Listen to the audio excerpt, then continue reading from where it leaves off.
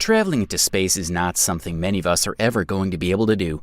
While experiencing zero gravity would be an epic experience, it does have its drawbacks. Today we look at 5 things that are easy on Earth but hard in space. Number 5. Washing your hands is easy to do, right? Have you ever wondered how they do it in space? It's not as easy as you may think. Astronaut Chris Hadfield takes us through an explanation of how they do it. The straw. So now let's demonstrate. Okay, it's time to get clean. I'm going to squirt some water out.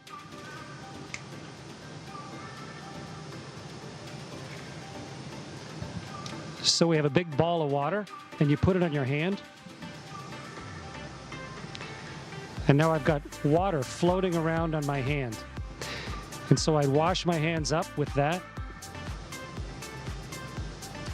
And then grab a towel.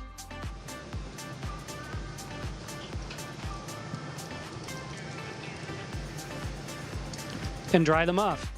So that's how we do it. We use no rinse. It's a special type of slightly soapy water, so you don't need to have a bunch of fresh water afterwards.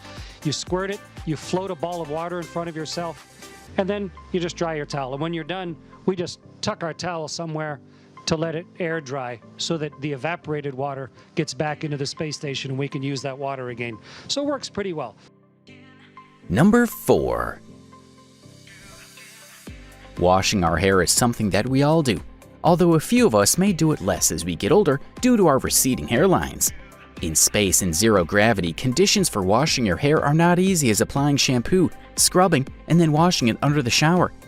Astronaut Karen Nyberg explains the process they have to go through.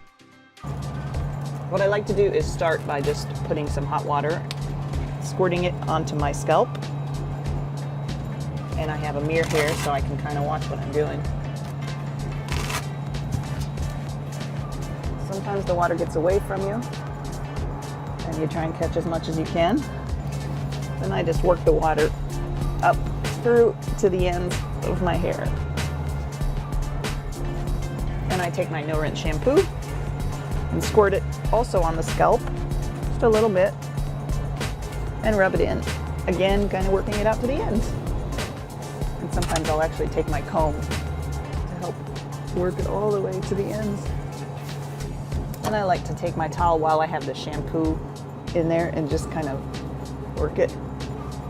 Because without standing under running water, you kind of need to use the towel a little bit to help get some of the dirt out.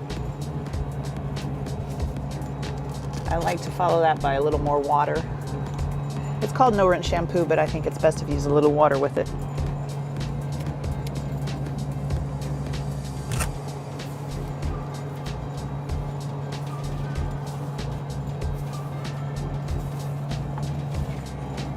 It actually feels kind of squeaky clean right now.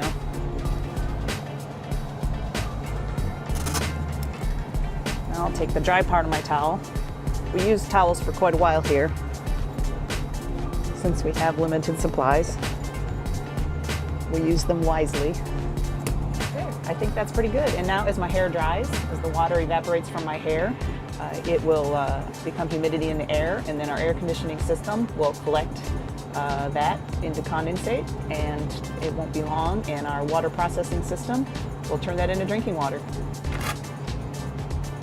At the end, I just do one final comb through to make sure there are no snarls and snags, and while it dries, I like to let it stay free. I don't put it back in a ponytail while it's drying.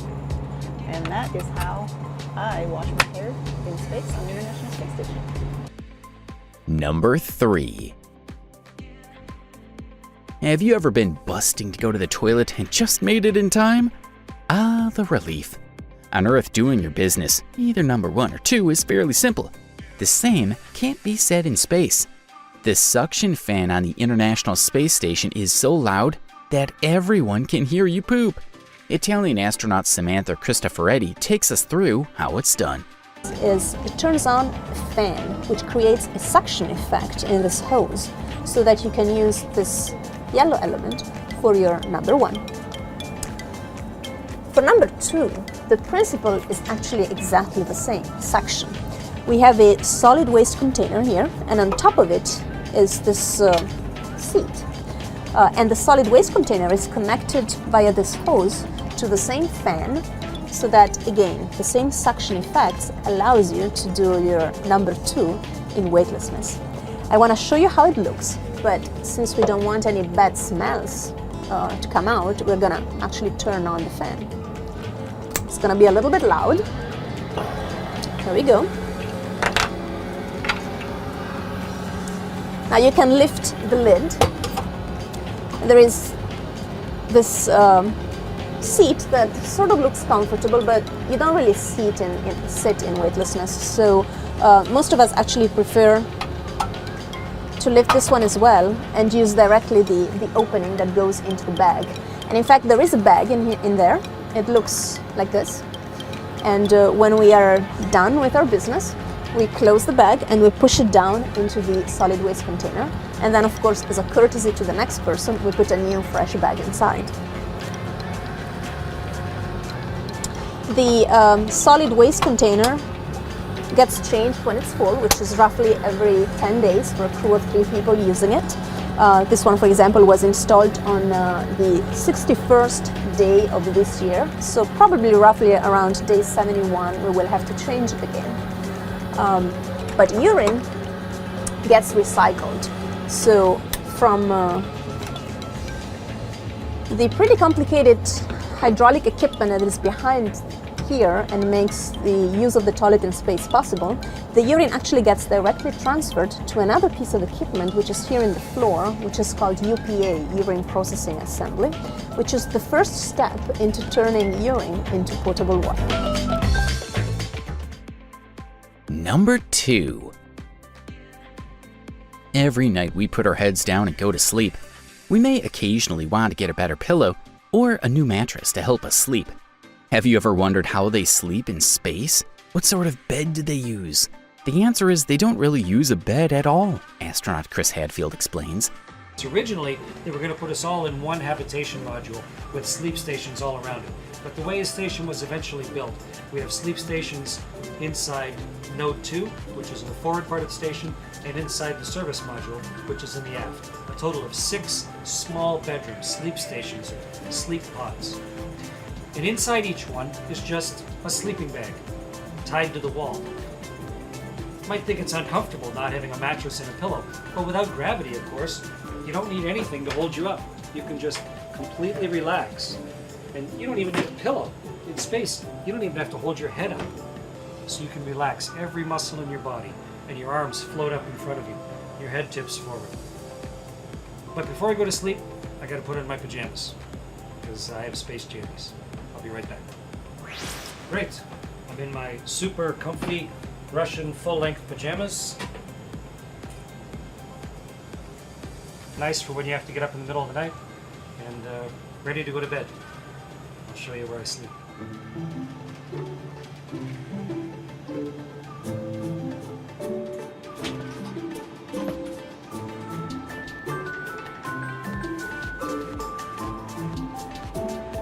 This is my sleep station, my sleep pod. This is where I spend up to 8 hours every day, here on board the space station.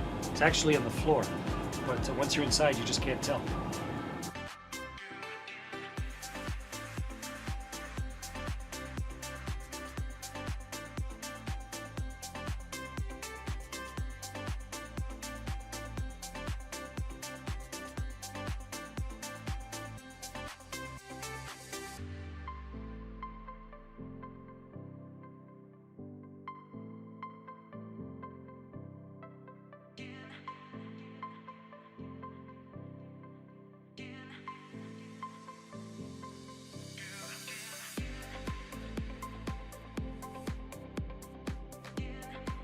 Number 1. Have you ever wrung out a washcloth to help get the water out of it and have it dry quicker? Most of us have. It's a task that you wouldn't think twice about while on Earth. In space, in zero gravity, doing this very thing can produce an amazing spectacle. Chris Hadfield takes us through this experiment that has incredible results. And it's compacted. It's put down into this little tiny hockey puck so that it saves space. But when you open up a hockey puck, and you pull out your washcloth. This is the one I'm going to use for the experiment today. And so when you open up your hockey puck and turn it into a washcloth, it was compressed in a great big vise somewhere. Okay, so here's my washcloth, like a magic trick. And now I'm going to get this soaking wet, and then we're going to see what'll happen when we wring it out. Meredith and Kendra suggested that I dip this in a bag, but bags don't hold water in space, so instead I filled a water bag. This has drinking water in it. And I'm going to squirt a bunch of water into this washcloth.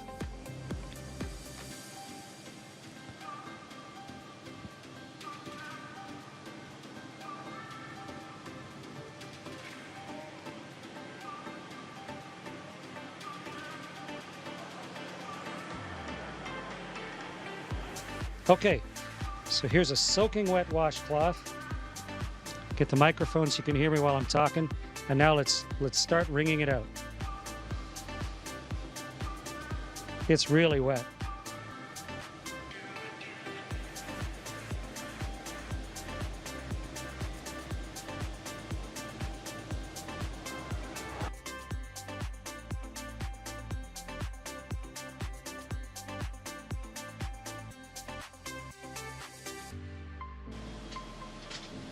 The water is all over my hands. In fact, it wrings out of the cloth into my hands. And if I let go of the cloth carefully, the water sort of has it stick to my hand.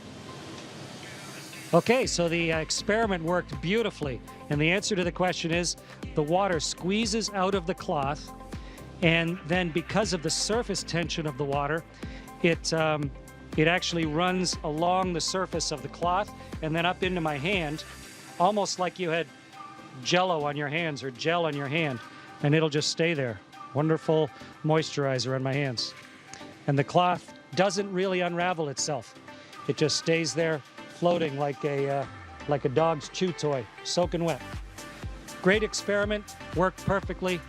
Meredith and Kendra, congratulations, great idea. Check out one of our other amazing videos.